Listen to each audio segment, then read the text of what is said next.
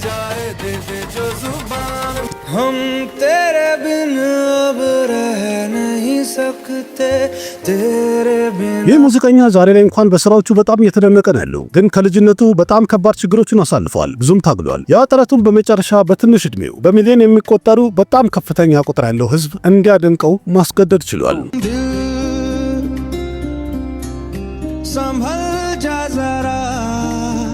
የድምፁ ወዳጆችና አድናቂዎች ቁጥራቸው በጣም ከፍተኛ ነው። በዛም የተነሳ ትልቅ የተባለ የሙዚቃ ዳይሬክተር ሆነ የፊልም ፕሮዲውሰር በቀጣይ የሚሰሩት ፊልም ላይ እሱን ማዘፈን ግዴታ የተባለ ያህል ነው። እንዲያውም እሱ ካልዘፈነበት ፊልሙ ከነጭራሹ አላለቀም የሚባልለት ዘፋኝ ነው።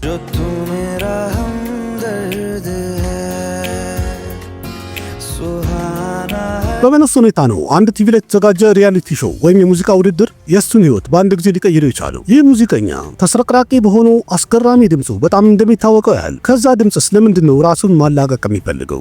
शायद कभी न कह सकूं मैं तुमको ይህ ሙዚቀኛስ ለምንድነው የሥራ ህይወቱም ሆነ የግል ህይወቱ በጣም ብዙ ችግር የሚያጋጥመው? በግል ህይወቱም ቢሆን 2 ጊዜ ያገባ ሲሆን ለረጅም ጊዜ ከህዝብም ሆነ ከሚዲያ ደብቆ አቆይቶት ነበር።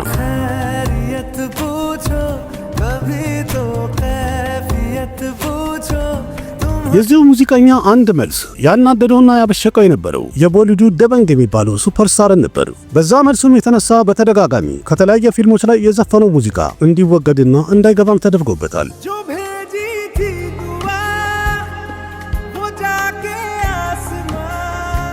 ሰላም ጤና ይስጥልኝ ቤተሰቦች፣ ይህ ቦሊውድ ፕሮፋይል የተሰኘው ፕሮግራም ነው። የቦሊውድ ተዋናዮችን ያሳለፉትን ውጣ ውረድና ችግሮችን አንድ ላይ በጥናት የምናቀርብበት ቦሊውድ ፕሮፋይል የተሰኘው ፕሮግራም መጀመሩ ነው። ቪዲዮን ላይክ አድርጋችሁ መጀመር አትርሱ። እንዲሁም ያላችሁን ሀሳብ አስተያየት በኮሜንት አስቀምጡ። በተጨማሪም ለቤቱ አዲስ የሆናችሁ ሰብስክራይብ አድርጉ። ወደ ፕሮግራሙ እንግባ። मैं फिर भी तुमको चाहूंगा मैं फिर भी तुम በዛሬ የምንተዋወተው ወይም እንግዳችን አድርጌ ያቀረብኩትኝ በብዙዎቻችሁ ጥያቄ አስገራሚውና ተስረቅራቂ ድምፁ ማንኛውንም አክተርም ሆነ ተዋናይ የተባለ ሁሉም አብሮት እንዲጨፍርና እንዲንቀሳቀስ ያስገደደ ነው። እንዲያውም በስራው ወደ ሙዚቃው ዓለም እሱ ከተቀላቀለ በኋላ የድሮ ሙዚቀኞች እንዳለ ስራቸውን ብቃታቸውን ፌድ እያደረገ ሄደ። የዛሬ እንግዳችን እንግዲህ ከሙዚቃ ቤተሰብ የተገኘው ቀለል ባለ ስታይሉ የሚታየው በስራዎቹ ሚሊዮኖቹን ያንበረከከው ዝነኛው ሙዚቀኛ አሪጂት ሲንግ ነው። अरिजीत सिंह बहुत ही महान कलाकार हमारे इस फिल्म इंडस्ट्री के। Arijit Singh is in the house. አሪጂት ሲንግ የተወለደው አፕሪል 25 1987 በፈረንጆቹ በምዕራብ ቤንጋል ጂያገንጅ የሚባለው አካባቢ ነው። የአሪጂት ሲንግ የአባቱ ስም ከከር ሲንግጂት የሚባል ሲሆን የአባቱ ስራ እዛ አካባቢ የሚገኝ አንድ ኢንሹራንስ ካምፓኒ ውስጥ የሚሰራ ወይም የሚያገለግል ግለሰብ ሲሆን እናቱም ብትሆን የቤተ እመቤት ናት። ቢሆንም ግን ስለ ሙዚቃ በደንብ እውቀት አላት። ቀደም ባለ ጊዜም ሙዚቀኛ ከመሆን በተጨማሪ ተብላ የተሰኘውን የህንድ ባህላዊ ከበሮም በጣም በምርጡ ትጫወት ነበር። ልክ እንደ እናቱ የቤተሰቡ ሌሎች አባላትም ከሙዚቃ ጋር ቆየት ያለ ዝምድና ያላቸው ሲሆን በዛም የተነሳ ይመስላል ገና ከልጅነቱ አሪጂት ሲንግ የሙዚቃ ፍላጎቱ ከፍተኛ ነበር። सजदा तेरा कर ना सकूं तो बंदगी እድሜው ለትምህርት እንደደረሰም አሪጂት ሲንግ ትምህርቱን የጀመረ ሲሆን የሃይስኩል ትምህርቱንም እዛው አካባቢ የሚገኘው ጂያገንጅ ሃይስኩል በመግባት የሃይስኩል ትምህርቱን ማጠናቀቅ ችሏል። ከዛ መቀጠልም የኮሌጅ ትምህርቱን ትሪፕል ሲንግ ኮሌጅ ገብቶ የተማረ ሲሆን ተማሪ በነበረ ሰዓት ላይ አሪጂት ሲንግ ጎበዝ የሚባል ተማሪ ነበር። እንደዛም ሆኖ ግን ከትምህርት የበለጠ ፍላጎቱ ወደ ሙዚቃ በጣም ያደላ ነበር። ገና ከልጅነቱም አሪጂት ሲንግ ለሙዚቃ ያለውን ፍቅርና ከፍተኛ ውዴታ ቤተሰቦቹ ካዩ በኋላ እናትና አባቱ በጣም በትልቁ እርዳታ አድርገውለታል። በመጨረሻም ፕሮፌሽናል በሆነ መንገድ ሙዚቃ መሰልጠን እንዲችልና መማር እንዲችል መንገድ አመቻቹለት።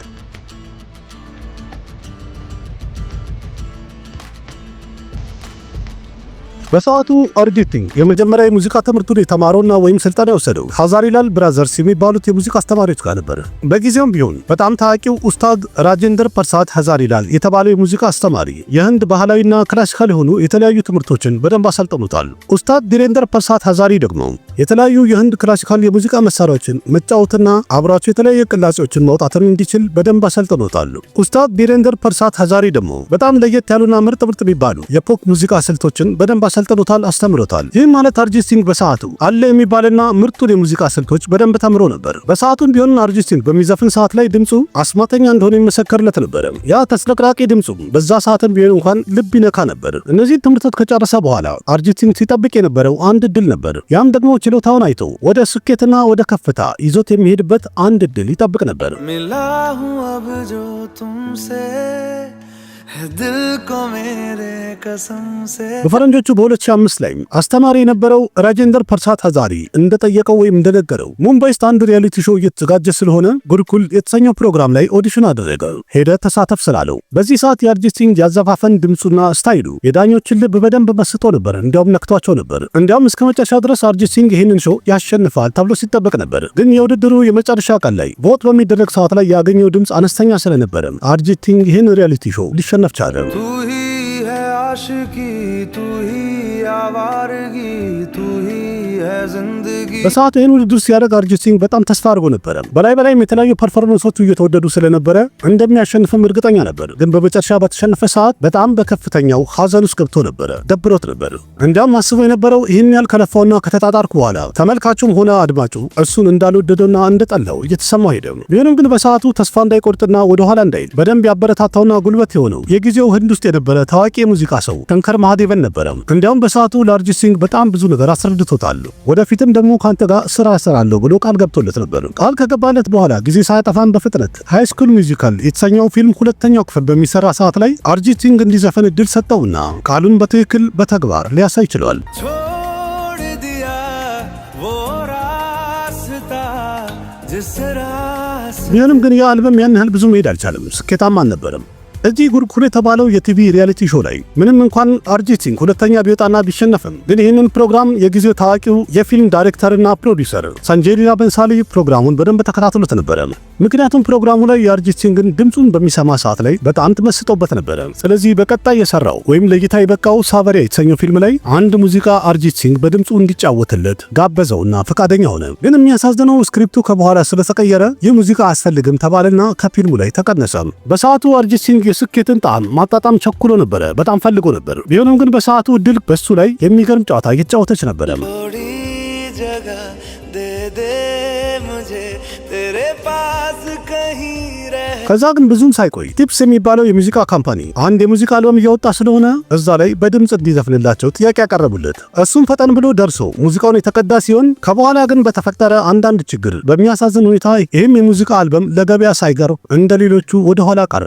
ይህ ጊዜ ማለት እንግዲህ ለአርጂት ሲንግ በጣም የፈተነውና አስቸጋሪ የሚባል ጊዜ ነበረ። ዋናው ነገር ደግሞ እድሉ እየረዳችው እየተባበረችው አልነበረችም። मोहब्बत बरसा देना तू सावन आया है तेरे ከዛም በመቀጠል በዚህም ተስፋ ሳይቆርጥ አርጂት ሲንግ ሌላ የቲቪ ሪያሊቲ ሾው ደስ ካ ደስ ሌገይዲል የተሰኘ ፕሮግራም ላይ ኦዲሽን ሊያደርግ ቻለ። ይህም አንድ የሙዚቃ ውድድር ያለበት ሾው ነበር። ይህ ፕሮግራም ማለት የጉርኩል ሪያሊቲ ሾውና የኢንዲያን አይድል ሪያሊቲ ሾው አሸናፊዎች የሚወዳደሩበት ነበር። በዚህ ሾው ላይ አርጂት ሲንግ ያለውን ብቃት ጠቅላላ አውጥቶ ዘግዝኮ ተጠቅሟል የሚባል ያህል ነው። በመጨረሻም በአሁኑ እድሉ ረዳችውና እንዲሁም ልፋትና ጥረቱ ተደምሮ በመጨረሻም ይህን ሪያሊቲ ሾው ማሸነፍ ቻለ። मैं ढूंढने को जमाने में जब वफा निकला मैं ይህንን ሾው ካሸነፈ በኋላ አርጂት ሲንግ አንድ ስኬታማ የነበረ አልበም ላይ የመዝፈን ዕድል አጋጥሞት ሙዚቃውን ማቅረብ ችሎ ነበረ። ግን ይህን ያህል ስኬታማ ከሆነ በኋላ አርጂት ሲንግ በብዛት ስራ እያገኘ አልነበረም። ዋናው ነገር ደግሞ ቦሊውድ ላይ በጣም ትልልቅና ዝነኛ የሚባሉ ሙዚቀኞች ከመጀመሪያም ተደርድረው ለስራ ይጠበቁ ይፈለጉ ነበረ። ስለዚህ በዚህ ሰዓት ላይ አርጂትን የሚያዘፍነው ሰው ያገኛል ማለት በጣም ከባድ ነበረ። ओ मुझे छोड़ कर जो तुम जाओगे जो तुम जाओगे जो ግን ደግሞ በአንድ በኩል ስራ እያገኘ አልነበረም እና ሙምባይ የሚያክል ትልቅ ከተማ ውስጥ እንዴት ብሎ ሰርቫይቭ ማድረግና መቆየት ይችል ነበር። ስለዚህ በዛ ሰዓት ላይ አርጂት ሲንግ የወሰነው የተለያዩ ሙዚቃ ዳይሬክተሮች ጋር አብሯቸው ከስራቸው ሆኖ የተለያየ ስራ እየሰራ ገንዘብ የሚያገኝበት መንገድ መፍጠር እንዳለበት አሰበ። እናም በመቀጠል ጉዞ አድርጎ አብሯቸው ስራ ሊሰራ ይቻሉ ፕሪተም ቸክርበርቲ፣ ሸንከር ሂሳንሎይ እና ቪሻል ሸንከር የመሰሉ የጊዜው በጣም ትልቅና አንጋፋ የሚባሉ የሙዚቃ ዳይሬክተሮች ነበሩ። አርጂት ሲንግ ለነሱ የተለያየ ስራ ይሰራላቸዋል። የሙዚቃ አልበማቸውን በሚሰሩ ሰዓት ላይ የእውቀቱን ያህል የተለያየ እርዳታ ያደርግላቸው ነበር። በእርግጥ በሰዓቱ ይህን በማድረጉ አርጂት ሲንግ ሙምባይ ውስጥ መኖርም ቻለ፣ መብላት መጠጣትም ቻለ፣ የዕለት ወጪውንና ጉርሱን መሸፈን ቻለ ማለት ነው ባጭሩ። ጊዜውም በዛው ሄደና 2010 ላይ ታዋቂ የሙዚቃ ዳይሬክተር ፕሪተም 16 ፊልሞች ላይ ሙዚቃ ማቅረብ ነበረበት። ኮንትራት ተፈራርሞ ነበር። ስራው በጣም ብዙ ስለሆነ ፕሪተምን በመጨረሻ የወሰነው የተወሰነ ሙዚቃ ለምን በአርጂት ሲንግ አናዘፍንም አናሰራም ብሎ አሰበ። ግን ይህ ፕሪተም በማወቅም ይሁን ባለማወቅ የወሰነው ውሳኔ ይህን ያህል ብቃት ኖሮት ዝቅ ብሎ ከበታቻቸው ሆኖ እየሰራ የነበረውን አርጂት ሲንግን እድሉን እስከ መጨረሻ ድረስ የሚቀይር ውሳኔ ሊሆን ነበረ። बेख्याली में भी तेरा ही ख्याल आए በዚህ ሰዓትም ፕሪተም በወሰነው መልኩ ሁሉም ስለተስማሙ በቀጣይ ለእይታ የሚበቃው መርደር ክፍል 2 የተሰኘው ፊልም ላይ አንድ ሙዚቃ አርጂት ሲንግ እንዲዘፍን እድል ተሰጠው። ይህ ሙዚቃም የአርጂት ሲንግ ወደ ቦሊውድ የመጀመሪያ አንድ ብሎ እግሩን ያስገባበት የመጀመሪያ ስራው ሊሆን ቻለ። በዛውም የህይወቱን ጉዞ ወይም የስራውን ጉዞ በአንድ ጊዜ የቀየረና ያፋጠነ ስራ ሊሆን ቻለ። በአጠቃላይ ይህ ሙዚቃ የአርጂት ሲንግ ህይወት እስከ መጨረሻ ድረስ የቀየረ ስራ ሊሆን ቻለ። ያ ሙዚቃም ደግሞ ዲል ሰመል ጃዘራ የተሰኘው ነው።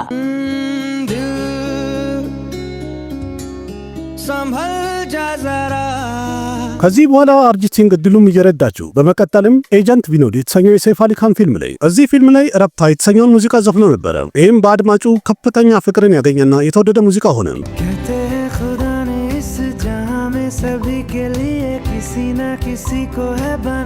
ከዚህ በኋላ የመጣው ፊልም አርጂት ሲንግን ከመሬት አንስቶ ሰማይ ላይ ያስቀመጠው ትልቅ ስራ ሊሆን ቻለ። ያ ፊልም ደግሞ በ2013 ለእይታ የበቃው አሺቂ ክፍል 2 ነው። ይህ ፊልም እንግዲህ ፊልሙም ሆነ ሙዚቃዎቹ በጣም ብዙ ሪከርዶችን የሰበሩና ምርጥ ስራ ሊሆን ችሏል። በዚህ ፊልም ላይ በአርጂት ሲንግ ድምጽ የተዘፈነው ቱም ሂ ሆ የተሰኘው ሙዚቃ በሙዚቃ ዓለም ላይ በጣም ብዙ ሪከርዶችን መስበር ቻለ። የራሱንም አዲስ ሪከርዶች አስቀመጠ፣ የድሮዎቹንም በጣም ብዙዎቹን ሰበረ።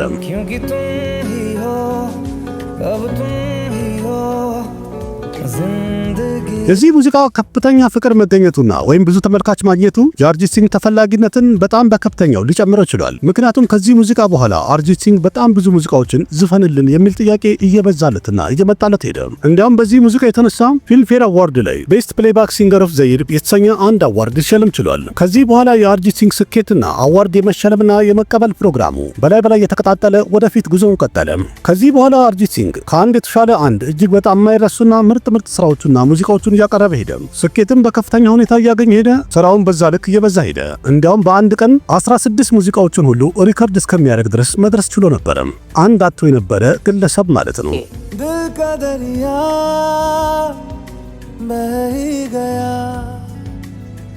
አርጂት ሲንግ በስራ ህይወቱ ላይ ከ2013 ጀምሮ እስካሁን ድረስ ከ700 እስከ 1000 የሚደርሱ ሙዚቃዎችን በላይ ያቀርበዋል። እያንዳንዱ ሙዚቃዎቹን ደግሞ ወጣትም ሆነ አዛውንት በጣም በፍቅርና በደስታ ሁሉም የሚያዳምጠው ለየት ያሉ ስራዎች ናቸው።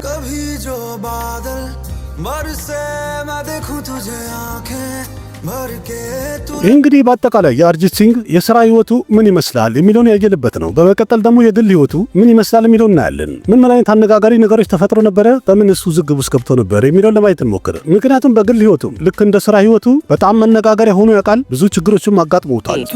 ሰፈር ሜራ है तू ही मेरी मंजिल ስለ አርጂት ሲንግ የትዳር ህይወት እንኳን ብዙ ሰዎች ብዙ አያውቁም የሚባል ያህል ነው። ምክንያቱም በግል ህይወቱ 2 ጊዜ ነው ያገባው። የመጀመሪያ ባለቤቱ የነበረችው ጓደኛውም ሩፕሬካ ባነርጂ ትባላለች። ሩፕሬካ ማለት እንግዲህ ጉርኩል የተሰኘው የቲቪ ሪያሊቲ ሾው ላይ እሷ ሙዚቃዋን ለማቅረብና ለመወዳደር መታ የነበረችውና የቀረበችው ናት። ሁለቱም እዚህ ሾው ላይ ተገናኙ፣ ተዋወቁ። ከዛ በኋላ መገናኘቱ ቀጠለ። ስለተግባቡና ስለተፋቀሩ መጨረሻም ወደ ትዳር አብረው አምርተው ነበር። ከትዳር በኋላ ግን ሁለቱ አለመግባባታቸው እየበዛ ሄደ። ስለዚህ በመጨረሻም በፈረንጆቹ በ2013 ተፋተው ተለያይተዋል። हमारी अधूरी कहानी ከዛ በመቀጠልም በፈረንጆቹ በ2014 ተወልዶ ያደገበት አካባቢ ላይ የሚያውቃት የነበረች የልጅነት ጓደኛውን ኮኤል ሮይን ሊያገባ ችሏል። ጋብቻቸውም እዛው በንጋል ውስጥ የሚገኘው አንድ የጸሎት ቦታ ሄደው ነበር ያደረጉት። በእርግጥ ኮኤልም ለሷ ሁለተኛ ትዳሯ ነበረ። በዛ ላይ ኮኤልም ደግሞ የአንድ ልጅ እናት ነበረች። የመጀመሪያ ልጇም ደግሞ ከመጀመሪያ ትዳሯ ያፈራችው ነበረ። ምናልባት በዛም የተነሳ ይመስላል ለተወሰነ ጊዜ አርጂት ሲንግ ትዳሩን ደብቆ ነበር። ከዛ በኋላ ግን በድንገት አንድ ፖስት ሼር አደረገና በዛው ስለ ትዳሩ አናውንስ አደረገ። जब से चढ़ गया रे በመቀጠል ደግሞ የምናየው በአርጂት ሲንግና በሰልማን ካን የነበረውን አለመግባባት ነው። በፈረንጆቹ በ2014 የተዘጋጀ አዋርድ ፕሮግራም ላይ ይህንን ፕሮግራም ሰልማን ካንና ሪቴሽ ዴሽሙክ እየመሩት ነበረ ወይም ሆስት ነበሩ። በዛ ዓመትም የዓመቱ ምርጥ ፕሌይባክ ሲንገር ወንድ በሚለው ዘርፍ ተሸላሚ ተብሎ የአርጂት ሲንግ ስም ተጠራ። ከተጠራ በኋላ አርጂት ሲንግ ወደ ስቴጅ ለመድረስ ትንሽ ጊዜ ፈጅቶ ነበረ። አርፍዶ ነበር የደረሰው። ሰልማን ካንም በቀልድ አድርጎ ለአርጂት ሲንግ ምነው እባክህ ተኝተህ ነበር እንዴ አለው። ለዛ መልስ ነው ብሎ አርጂት ሲንግም ያለው ምን ይደረግ ብለህ ነው እናንተ አስተኛችሁን አለው። ሰልማንም በዛው በቀልድ የመለሰለት እንደዚህ አይነት ሙዚቃ ከዘፈንክማ ወይም ካቀረብክ ህዝቡ መተኛቱ የማይቀር ነው አለው። በዚህ ሰዓት በእርግጥ የተደረገው ቃለ ምልልስ በአጠቃላይ ቀልድ ነበረ። ሁሉም እየሳቀ ነበር። ምንም የሚያስከፋ ነገር ተሰምቷልም ተከስቷልም ብሎ ያሰበ ሰው አልነበረም። ግን ሰልማን ካን ይሄ ንግግሩ ወይም መልስ መስጠቱ ደብሮት ቅር ብሎት ነበረ። እንዲያውም ንግግሩና መልሱም ሁሉ የደበረው ይመስላል። አብሎነ ሱላዲ ያር ተብሴ ዩቱን ኢንዲያ ያ ዲፍረንት ጋይስ ጋኔ በስተ रहेंगे ዳራዳ ዳራ ዳራዳ ዳራ ምክንያቱም ከዚህ ክስተት በኋላ ሰልማን ካን የሚሰራባቸው ፊልሞች ላይ የአርጂት ሲንግ የነበሩ ሙዚቃዎችን በአጠቃላይ በአንድ ጊዜ አይሆንም ብሎ ሰልማን ካን እንዲወገዱና በሌላ እንዲቀየሩ ሊያደርጋቸው ችሏል። የሰልማን ፊልሞች ላይ አርጂት ሲንግ ከዘፈነ በኋላ ያልቀረቡ የተወገዱ የሚባሉት እንግዲህ ኪክና በጅረንጊ ባይጃን፣ ብሬም ረተንደምፓዮ እና ሱልጣን። በእርግጥ በሰዓቱ እነዚህ ሁሉ ፊልሞች ቦክስ ኦፊስ ላይ በጣም ስኬታማ የነበሩና ቆንጆ ገንዘብ የሰሩ ፊልሞች ነበሩ።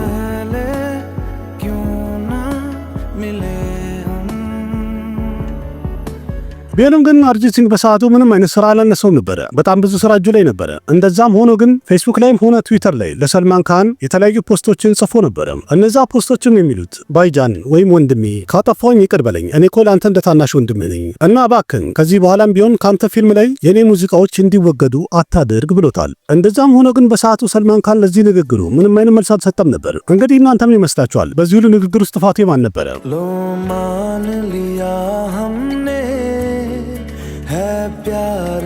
በእርግጥ ሁልጊዜ ስራ ብልጫ አለው እንደሚባለው አርጂት ሲንግ በስራው ጠንክሮ በጣም ተወዳጅነቱን አስቀጥሎ በደንብ እየሰራ ስለሄደ እንዲሁም በተመልካቹ መሃል ያለው አቀባበልና ተፈላጊነት በጣም ስለቀጠለ በፈረንጆቹ በ2023 ለእይታ የበቃው ታይገር 3 የተሰኘው ፊልም ላይ መጨረሻ ላይ የነበረችውን አንድ ሙዚቃ አርጂት ሲንግ እንዲዘፍንለት ሰልማን ካን ፈቃደኛ ሆኖ አስገብቶታል። स्वैग से करेंगे सबका स्वागत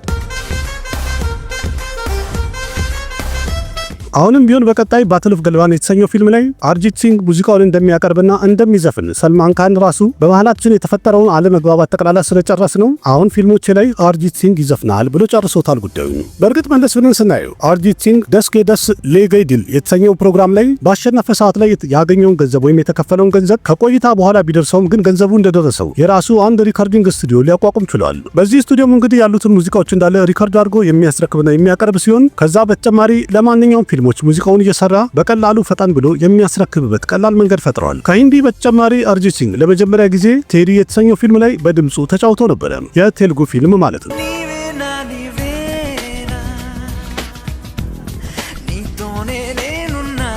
ከዛ በተጨማሪ አርጂት ሲንግ አንድ ኤንጂኦ ላይ አባል ሆኖ ያገለግላል። እዚህም ደግሞ ከሚያገኘው ገንዘብ ላይ በእርዳታ በደንብ ኢንቨስት ያደርጋል። ለኤንጂኦ በደንብ እርዳታ ያደርጋል፣ ኢንቨስት ያደርጋል። ምክንያቱም ይሄ ኤንጂኦ የሚንቀሳቀሰው ለድሃዎች፣ ለተቸገሩና ለታመሙ ሰዎች እርዳታ የሚውል የተለያየ እርዳታ የማሰባሰብ ስራ ስለሚሰራ አርጂት ሲንግ በስራ ህይወቱ በሂንዲ፣ በቴልጉ፣ መራቲ እንዲሁም በጉጀራቲ ቋንቋዎች በድምጹ የተለያዩ ስራዎችን አሳምሯልም ምርጥ አድርጎ ሰርቷቸዋል። ከዛ ሌላ የተለያዩ ቲቪ ሾዎች ላይም ሆነ እንዲሁም ሪያሊቲ ሾ ደግሞ የበንጋሊ ቲቪ ሾ ሆኖ ዳዳጊሪ ላይም ድምጹን አበርክቷል።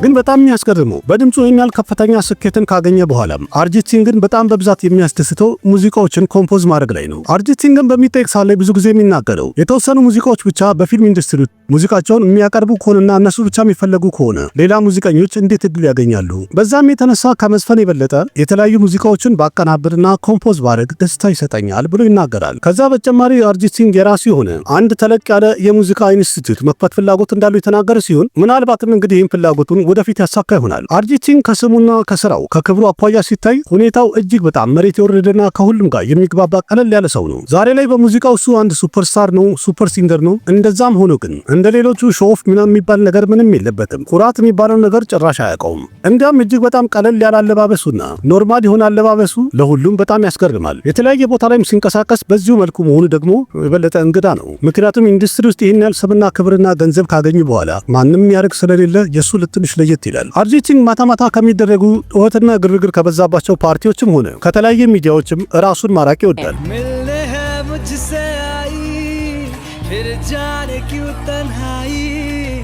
በእርግጥ ሶሻል ሚዲያ ላይ እንኳን አለ፣ ግን ብዙም አክቲቭ አይደለም። ስለዚህ እንግዲህ ውድ ቤተሰቦች የአርጂት ሲንግ በጣም አስቸጋሪ የሚባለውና ትግል የበዛበት በመጨረሻም ስኬት ያገኘበት ህይወቱ ይህንን ይመስላል። በእርግጥ ከጅምሩ በጣም ብዙ ቦታ ላይ ተገፍቷል፣ ብዙ ነገርም ተቸግሯል። እንደዛም ሆኖ ግን ድፍረቱን ሳያጣ በትዕግስት ሁሉንም ነገር ችሎ አሳልፎ በብቃቱ መጨረሻ ላይ ስኬታማ መሆን የቻለ ምርጥ የህንድ ሙዚቀኛ ነው። ከሱ ብዙ ነገር ልንማር ይገባል የሚባል ያህል ነው። ना तेरे बिना लगे। እንደሚታወቀው ሁሉም ስኬታማ ሰው ስኬትን ካገኘ በኋላ በተለያዩ ነገሮች ስቡ ይነሳል፣ በግል ህይወትም ትልቅ ውዝግብ ውስጥ ይገባል። እንደዛም ሆኖ ግን አርጂት ሲንግም አጋጥሞት ነበረ። ግን እያንዳንዱ ችግር በብልሃት አልፎት ወደፊት መቀጠልና መሄድ ችሏል። ከምንም በላይ ደግሞ ከትላንት ዛሬ ስራውን የበለጠ እያሻሻለና እያሳመረ የአድናቂዎቹ ቁጥር በጣም በከፍተኛ ሁኔታ እየበዛ የስራ ተፈላጊነቱም እየጨመረ እንዲሄድ ማድረግ ችሏል። ስለዚህ እንግዲህ ውድ ቤተሰቦች ብዙዎቻችሁ በጠየቃችሁት መሰረት የአርጂት ሲንግን የህይወት ታሪክና ጉዞውን በአጠቃላይ እስከ ስኬቱ እስከ ዛሬ ድረስ ያለበትን ጠቅላላ አድርጌ አቅርቤላችኋል።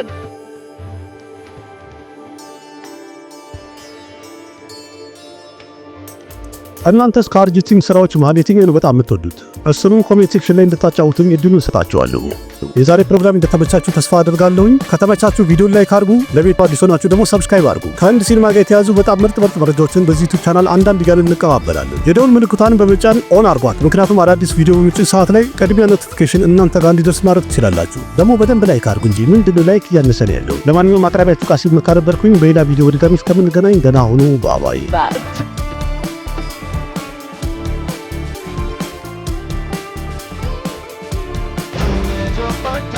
मेरी जान महफिल ही लुट जाए, दे दे जो जुबान। माही ओ माही ओ माही ओ माही ओ माही ओ माही। तेरे सारे रंग ओढ़ के डंग ओढ़ के तेरा हुआ मैं सबको छोड़। ना जाने कैसा एहसास है, बुझती नहीं है क्या प्यास है, क्या नशा इस प्यार का मुझ पे सनम छाने लगा।